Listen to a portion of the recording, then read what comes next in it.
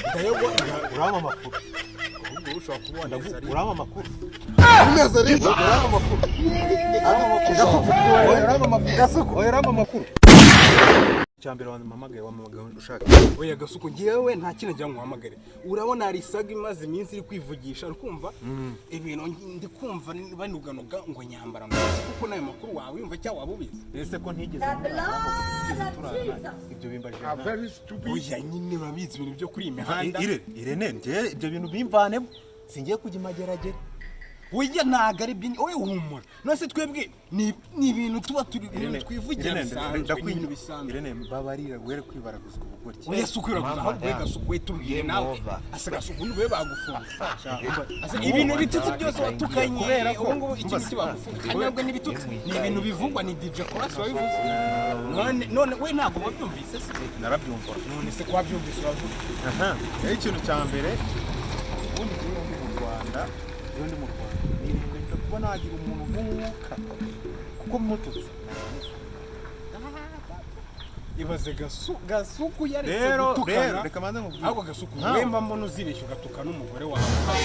nta mugore ngeze no mu wallahi azahukana kubera ibitutsi byawe ntasunika nta bitutsi ngira mwana nta bitutsi ugira uze wari wumva nagututse nyine nigeze ngutuka abona ibyo twumva kuri gasuku amagambo yawe turayazi abantu benshi bagira ngo ngakanwa kawe ntabwo kaba kamishe ngo ntabwo bajya muri make ngo warari werere yisaba ariko kugira ngo wumve ibintu bimvamo babanja oyezu umva boro oya ari ibintu mayenga n'ibyo nigukura kw'ibyo ngo gaikiye turabona jewe reka nere gutuka ndi mu wenda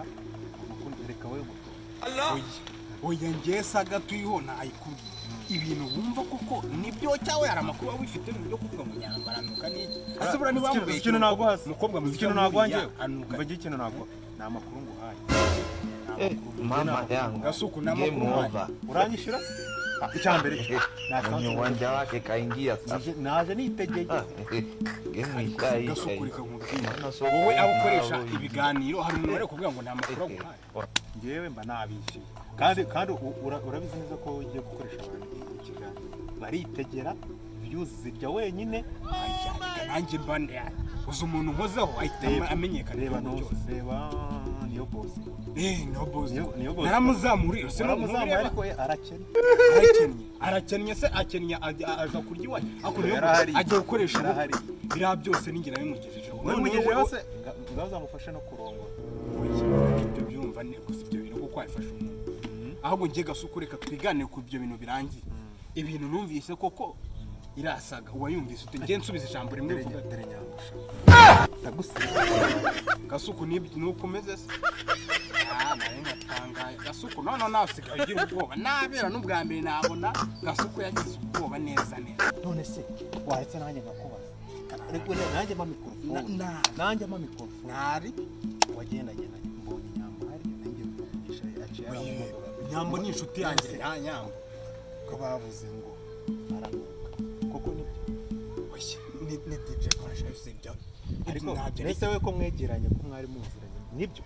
nanjye namubajije impamvu ariko muri make nanjye nta nubwo ari ngiye babivugiye kuri zima kwako nanjye ariko nyuma y'ikiganiro yarabikubwiye oya DJ Kolas uriase muri make nta n'ibintu byinshi ariko nuze ngiye nkoresha umuntu ikiganiro cyarangira agahita agenda urama amakuru ndayego urama amakuru ahubwo ushobora kubona urama amakuru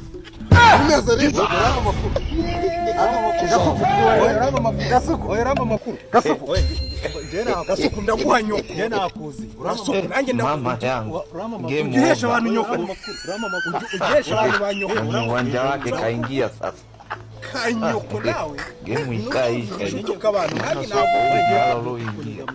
nagutuka gasuka urama amakuru utazanuka aranuka cyane aganuka yarakunukiye ntabwo ukiri kubyemera se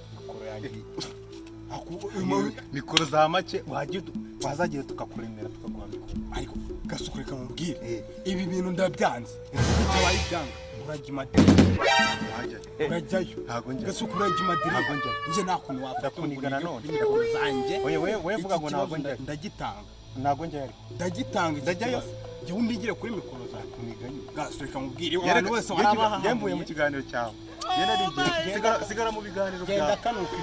kanuka indagara yegera uko gisa nk'iki ahubwo ni unaniwe ashaka